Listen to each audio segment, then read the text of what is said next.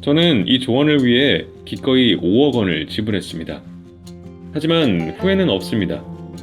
이 한 가지 조언 덕분에 저는 몇 년간 풀리지 않았던 문제를 한 번에 풀어낼 수 있었으니까요. 말 한마디를 듣기 위해 망설이지 않고 엄청난 금액을 써버린 그는 베들레헴 철강회사의 사장이자 최고의 갑부 중 한 명으로 불렸던 찰스 슈왑이다. 그는 탁월한 능력과 사업 수완을 통해 별 볼 일 없는 철강회사를 당시 미국 최대의 선박 제조사와 두 번째로 큰 철강 제조사로 만들었으며 세계의 발명가 토마스 에디슨마저도 그를 세계 최고의 일벌레라고 부를 정도로 타고난 워커홀릭이면서 끈기가 넘치는 인물이기도 했다. 하지만 끝없이 성장하는 듯 보였던 저와 제 회사의 밝은 모습 뒤에는 엄청난 문제점이 존재했습니다. 바로 매너리즘이었죠. 무력감이 찾아온 건 한순간이었습니다.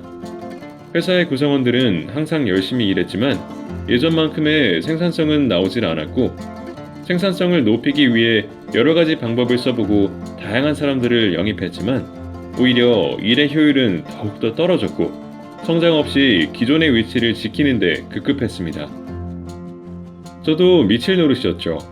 분명히 예전만큼 열심히 일하고 있는데도 아무것도 바뀌지 않는 모습을 보면서 모든 것을 포기하고 싶다는 기분마저 들기 시작했습니다.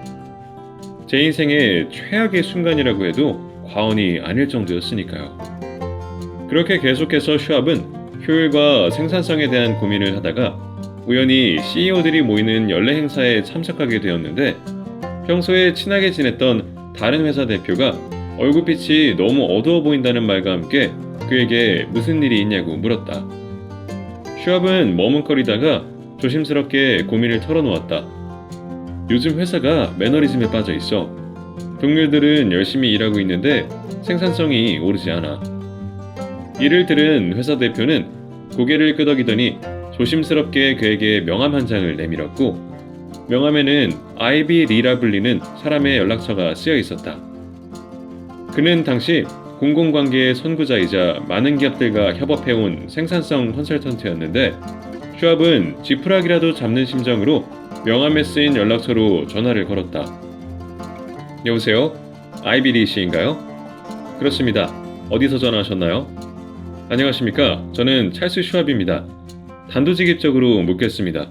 어떻게 하면 생산성을 높일 수 있습니까?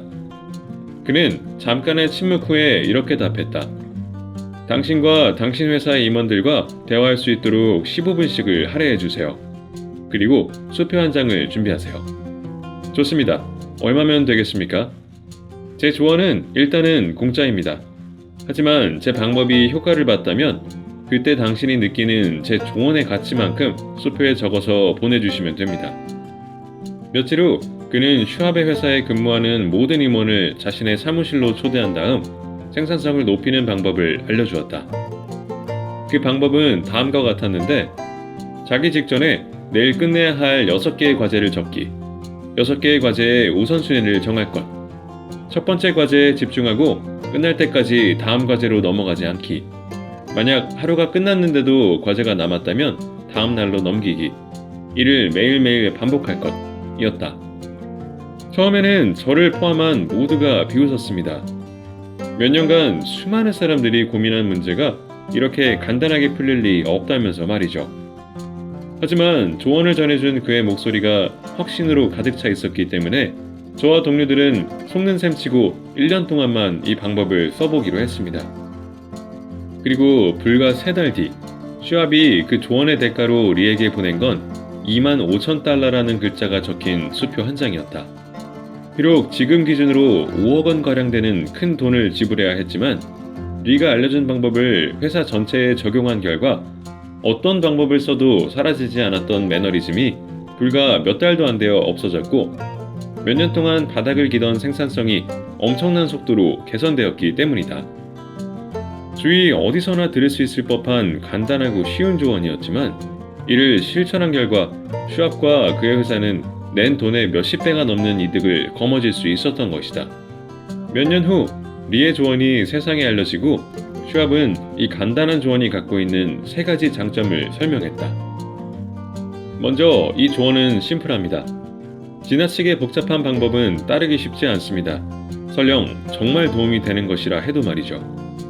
그의 조언은 간단한 5단계를 통해 즉각적인 행동을 유도했고, 이런 행동이 실질적인 도움이 된 것입니다. 또한 이 조언은 우선순위에 대해 생각하게 합니다. 많은 사람들은 항상 수많은 일에 둘러싸여 항상 고통을 받으며 살아가고 있지만, 정작 그들이 왜 그 일을 하는지에 대해서는 그렇게 많은 고민을 하지 않습니다. 뭐가 중요하고 뭐가 사소한지 구별하지 않는 거죠.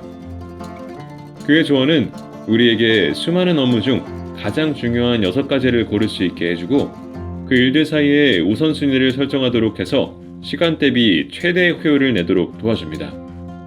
마지막으로 이 조언은 시작의 공포로부터 벗어나게 해줍니다. 무언가를 시작한다는 것은 굉장히 쉽지 않은데, 사람들은 무언가를 시작할 때 엄청난 압박을 받기 때문이죠. 내일 해야 할 6가지 일을 적는 것은 그렇게 어려운 과제가 아닙니다. 차근차근 자신이 할 일을 적어보면서 하루를 어떻게 시작해야 할지를 알 수 있고, 작게라도 시작을 하고 나면 어느 순간에 고민으로 가득했던 삶이 실천과 성취로 채워지게 되는 거죠. 명심하세요.